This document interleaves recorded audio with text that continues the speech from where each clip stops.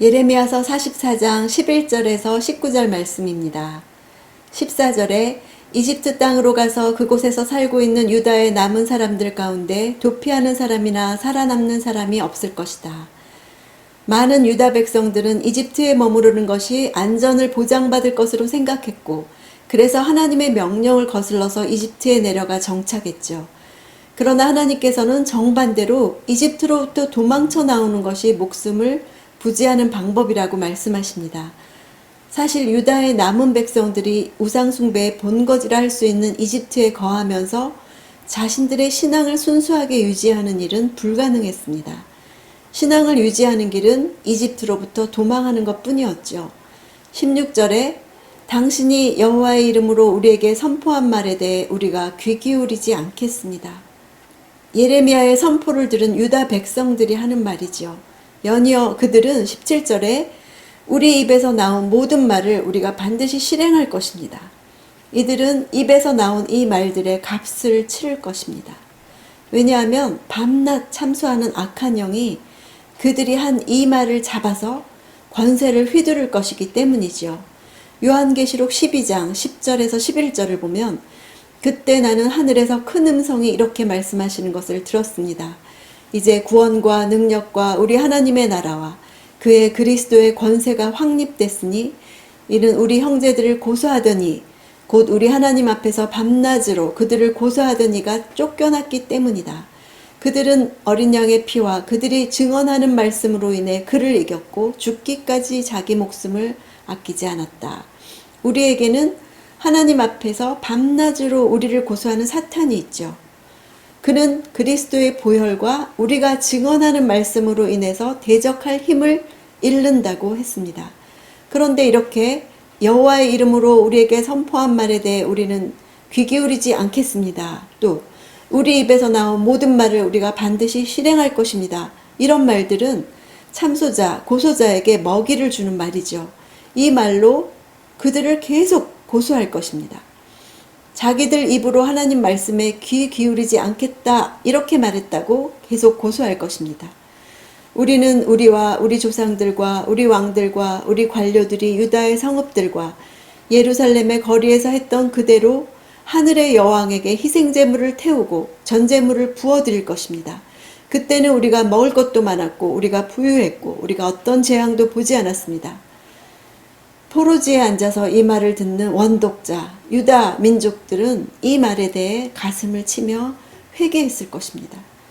우리의 증언하는 말로 사탄이 쫓겨가듯이 우리의 입술로 회개할 때 하나님은 받아주십니다.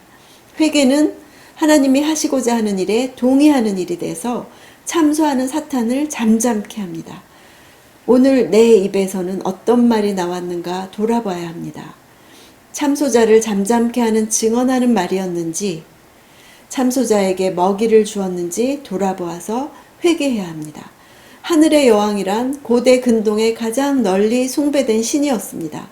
다산과 쾌락과 풍요의 신으로 알려진 이 신의 이름은 아수르와 바벨론에서는 이시타르, 가나안에서는 아스다로 또는 아세라, 헬라에서는 아프로디테, 로마에서는 비너스, 이집트에서는 아낫으로 불려졌습니다.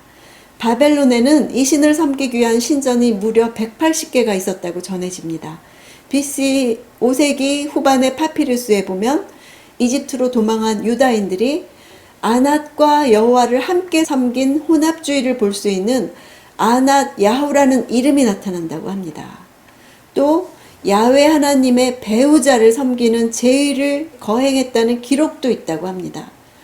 남신과 여신의 결합, 그것으로 인한 다산과 풍요에 대한 기대와 신앙이야말로 이스라엘을 멸망에까지 이르게 한 바알 신앙의 핵심이죠.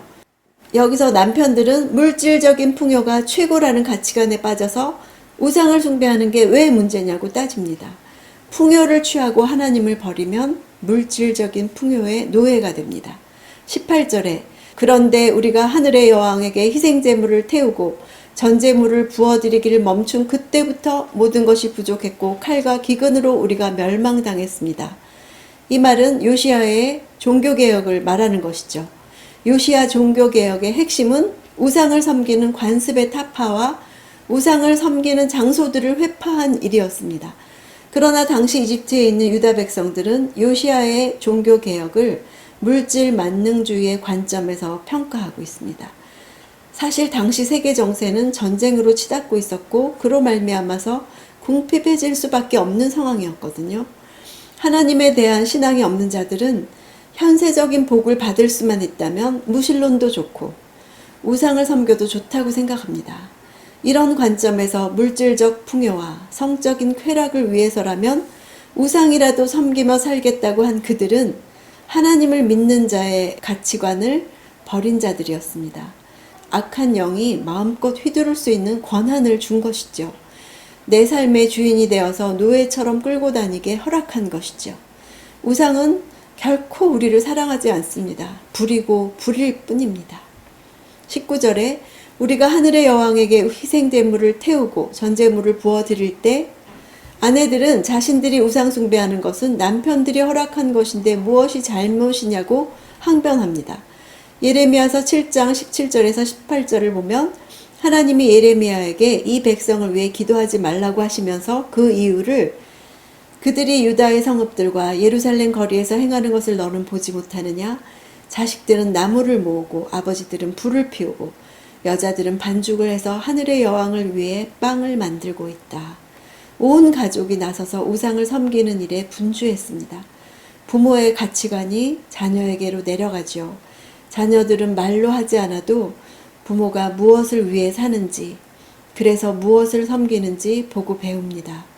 하나님과 풍요의 신을 결합시킨 것을 가장 이상적인 조합이라고 생각했을 유다인들을 보면서 오늘 내 안에 있는 것들도 말씀 앞에 다 드러나는 시간 되기를 원합니다.